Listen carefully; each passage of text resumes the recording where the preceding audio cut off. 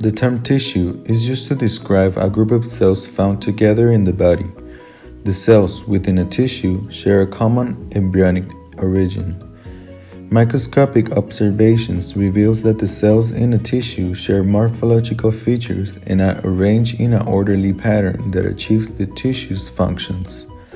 From the evolutionary perspective, tissues appear in more complex organisms. For example, multicellular protists, ancient eukaryotes, do not have cells organized into tissues.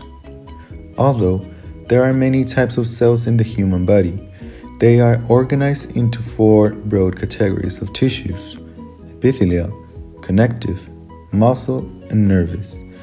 Each of these categories is characterized by specific functions that contribute to the overall health and maintenance of the body.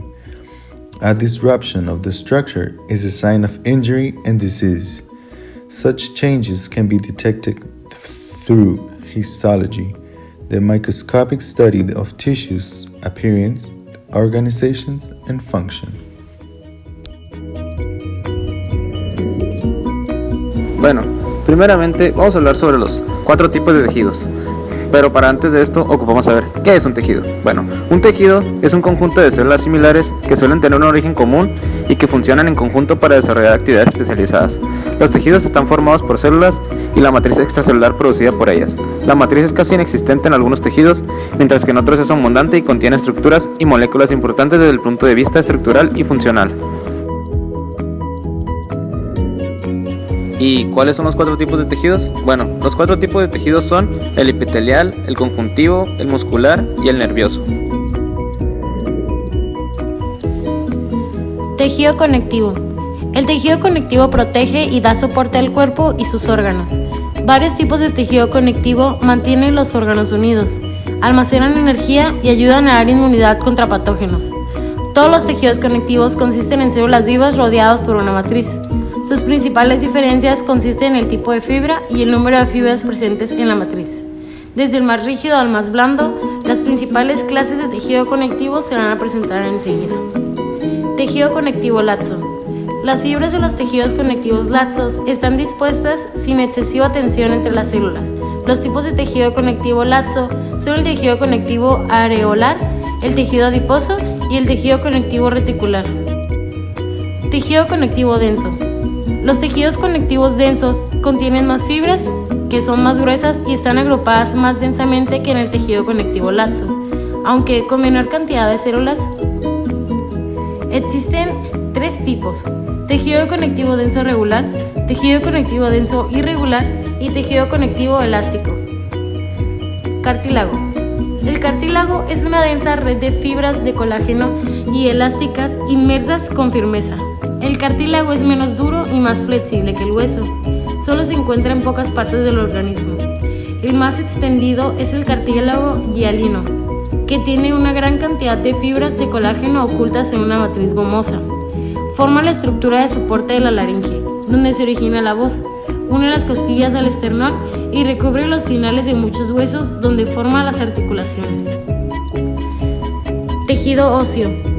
Los huesos son órganos compuestos por diferentes tejidos conectivos, como por ejemplo el hueso o tejido óseo, el periósteo, la médula roja y amarilla y el endósteo, que es una membrana que reviste una cavidad en el interior del hueso donde se aloja la médula ósea amarilla. El tejido óseo se clasifica en compacto o esponjoso según la organización de la matriz extracelular y las células. Tejido vascular. Se considera un tejido conectivo porque consiste en células sanguíneas rodeadas de una matriz fluida y no viva llamada plasma sanguíneo. Las fibras de la sangre son moléculas de proteínas solubles que se hacen visibles solo durante la coagulación de la sangre. Aún así, es necesario reconocer que la sangre es un tejido conectivo bastante atípico. La sangre es el vehículo de transporte para el sistema cardiovascular y transporta nutrientes, residuos, los gases de la respiración y muchas otras sustancias por todo el organismo. Tejido epitelial. Los tejidos epiteliales revisten las superficies corporales y tapizan los órganos huecos, las cavidades y los conductos. Este tejido permite al organismo interactuar tanto con el medio interno como el medio externo. También dan origen a las glándulas. Su clasificación se divide en epitelio simple y epitelio estratificado. Los epitelios simples principalmente se encargan de la absorción, la secreción y la filtración. Ya que los epitelios simples son normalmente muy delgados, la protección no es su punto fuerte. Epitelio simple escamoso. Es una capa única de células escamosas delgadas que reposan sobre la membrana basal. Las células están estrechamente unidas entre sí. Este tipo de tejido epitelial normalmente forma membranas, donde se produce la filtración o intercambio de sustancias por difusión rápida. El epitelio escamoso se encuentra en los sacos aéreos de los pulmones y también forma las paredes de los capilares, donde los nutrientes y los gases pasan entre las células de los tejidos y la sangre de los capilares. Epitelio simple cuboidal. Es una capa de células cuboidales que reposa sobre una membrana basal. Aparece con frecuencia en las glándulas y en sus conductos. Epitelio simple columnar. Está formado por una capa única de células altas que se ajustan muy bien entre sí, producen mucosidades lubricantes y se encuentran en toda la longitud del tracto digestivo, desde el estómago hasta el ano. Epitelio pseudoestratificado columnar. Algunas de sus células son más cortas que otras y sus núcleos aparecen a diferentes alturas por encima de la membrana basal. Al igual que el epitelio simple columnar, esta variedad sirve sobre todo para realizar funciones de absorción y secreción. Epitelio estratificado. El epitelio estratificado consiste en 2 o más capas celulares, con una duración considerablemente mayor que los epitelios simples. Estos sirven principalmente para proteger. Epitelio estratificado escamoso. Es el tejido epitelial más común del organismo. Se encuentra en lugares que reciben bastante fricción o maltrato, como lo es en el esófago, la boca y la parte exterior de la piel. Epitelio estratificado cuboidal y columnar. Tiene 2 capas celulares. Las células de la superficie tienen forma cuboidal y entre sí varían de forma y tamaño. Aparecen sobre todo en los conductos de las grandes glándulas. Epitelio transicional. Las células de la capa basal tienen forma cuboidal o columnar y las que están en la superficie tienen aspecto variable.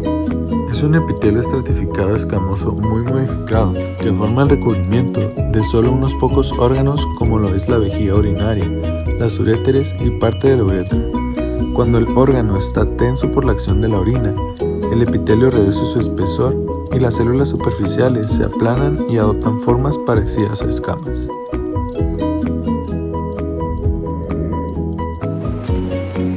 El tejido muscular se divide en 3 tipos: esquelético, cardíaco y liso.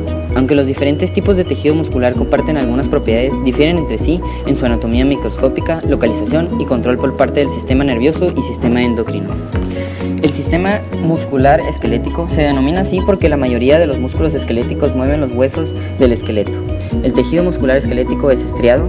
Cuando es examinado en un microscopio se observan bandas proteicas claras y oscuras alternantes estriaciones. El tejido muscular esquelético trabaja principalmente en forma voluntaria. El tejido muscular cardíaco solo se encuentra en el corazón, que forma la mayor parte de su pared. El músculo cardíaco también es estriado, pero su acción es involuntaria. El tejido muscular liso se encuentra en las paredes de las estructuras internas huecas, como vasos sanguíneos, vías aéreas y en la mayoría de los organismos de la cavidad pélvica. También se encuentra en la piel, unido a folículos pilosos. Generalmente la acción del músculo liso es involuntaria y cierto tejido muscular liso, como él, forman los músculos que propulsionan alimentos a través del tubo digestivo. Funciones del tejido muscular: producción de movimientos corporales, estabilización de posiciones corporales, almacenar y movilizar sustancias dentro del cuerpo, generación de calor. En los capilares sanguíneos, que son de menor diámetro, están formados solo por una capa de tejido, lo que permite el intercambio de sustancias entre la sangre y las sustancias que se encuentran alrededor de ella. Estos capilares tienen abundante tejido muscular. Cada fibra muscular está en un estrecho contacto con uno o más capilares. Los capilares sanguíneos llevan oxígenos y nutrientes y eliminan calor y productos desechos de metabolismo muscular, especialmente durante la contracción. Una fibra muscular sintetiza y usa una cantidad considerable de ATP. Estas reacciones requieren oxígeno, glucosa, ácidos grasos y otras sustancias que son transportadas hacia la fibra muscular por la sangre. El tejido nervioso. El tejido nervioso se desarrolla a partir del ectodermo embrionario. Es un tejido formado principalmente por dos tipos celulares, neuronas y glías, y cuya misión es recibir información del medio externo e interno para así procesarla y desencadenar una respuesta, responsable de controlar numerosas funciones vitales como son la respiración, la digestión, el bombeo sanguíneo del corazón, regular el flujo sanguíneo, controlar el sistema endocrino, entre otras. Estas funciones dependen en su mayor parte de las propiedades eléctricas de sus células. Las células del sistema nervioso se agrupan para formar dos estructuras: el sistema nervioso central, que es el que incluye el encéfalo y la médula espinal, y el sistema nervioso periférico, formado por ganglios, nervios y neuronas diseminados por el organismo. En el tejido nervioso, la función de las neuronas está basada en el desarrollo de dos propiedades fundamentales, que son la excitabilidad y la conductividad. Las neuronas son las encargadas de recibir los estímulos del medio para poder transformarlos en excitaciones nerviosas y poder transmitirlos a los centros nerviosos, en los que se organizan para dar una respuesta. De acuerdo al número de prolongaciones dendríticas, las neuronas se pueden clasificar en unipolares, pseudounipolares, bipolares y multipolares. En el embrión existen lo que son 3 capas germinativas, pero principalmente nosotros vamos a hablar lo que es el ectodermo, porque el ectodermo es el que va a proteger a todo el sistema nervioso. El ectodermo es la capa germinativa externa del embrión. Del ectodermo se forman en un primer momento 3 estructuras, que son el ectodermo externo superficial, la cresta neural y el tubo neural. De los creadores del presente, se espera que la audiencia concluya de manera eficaz los siguientes puntos: identificar los 4 tipos principales de tejidos y discutir sus funciones. Además, poder relacionar la estructura de cada tipo de tejido con su función. Y por último, identificar los principales tipos de membranas tisulares.